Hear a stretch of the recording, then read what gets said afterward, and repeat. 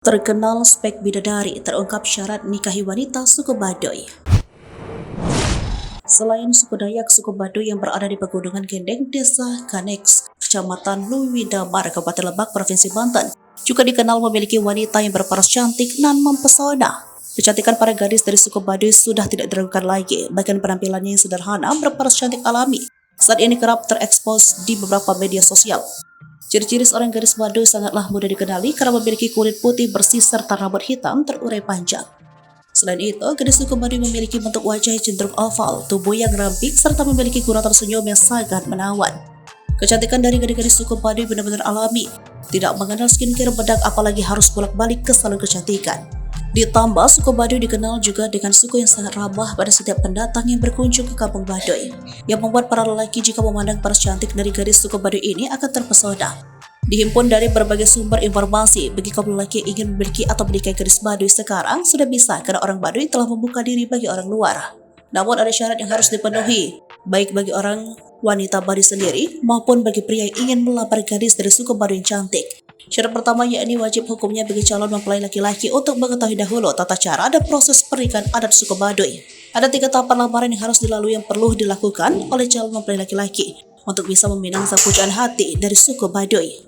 Di antaranya, calon mempelai laki-laki harus melapor terlebih dahulu kepada kepala adat atau oleh suku Baduy tersebut, puun dengan membawa daun sirih, pinang, gambir secukupnya. Selanjutnya, sirih, pinang, dan gambir dibawa ke rumah wanita yang hendak dilamar. Kemudian proses kedua diwajibkan membawa cincin yang terbuat dari baja putih sebagai mas kawin.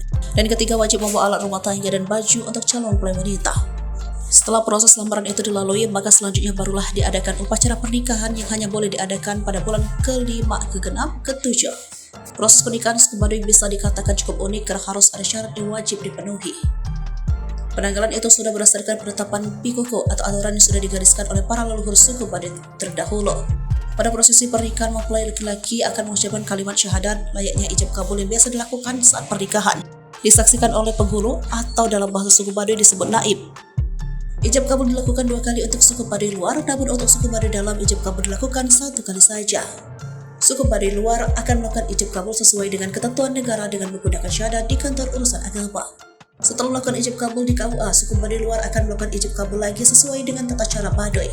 Hal tersebut tidak berlaku bagi suku Baduy dalam, mereka hanya melakukan ijab kabul pernikahan secara sakral menurut ajaran Sunda Wiwitan secara turun-menurun. Lantas bagaimana bagi orang luar yang ingin menikahi gadis dari suku Baduy? Dilansir juga dari berbagai sumber, gadis dari suku Baduy bisa saja menikah dengan orang luar, namun resiko gadis tersebut harus keluar dari suku Baduy. Mengingat Baduy memiliki adat dan agama yang sangat kuat, sementara di luar suku Baduy dianggap tergolong bebas. Untuk itu, sebagian warga dari suku Baduy masih ada yang melarang anak gadisnya untuk menikahi dengan laki-laki di luar suku Baduy. Syarat orang lain menikahi gadis suku Baduy cukup berat. Yang pertama, jangan pernah mempermainkan gadis suku Baduy jika tidak ingin mendapat konsekuensi cukup berat. Konsekuensi yang berat tersebut diantaranya itu gadis dari suku Baduy bakal tersiksa. Sementara untuk orang luar yang ingin menikahi gadis dari suku Baduy dalam, ada 6 syarat yang harus dipenuhi. Di antaranya harus menyiapkan kain putih, minyak, menyan, pisau, tikar, dan obor.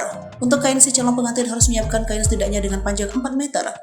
Setelah semua diterima, maka lamaran tersebut akan berlanjut ke tahap selanjutnya, yakni proses ijab kabul. Nikahnya secara adat suku Baduy, misalnya calonnya Islam, maka bakal dinikahi secara Islam. Jika calonnya Kristen, maka akan dinikahi secara Kristen.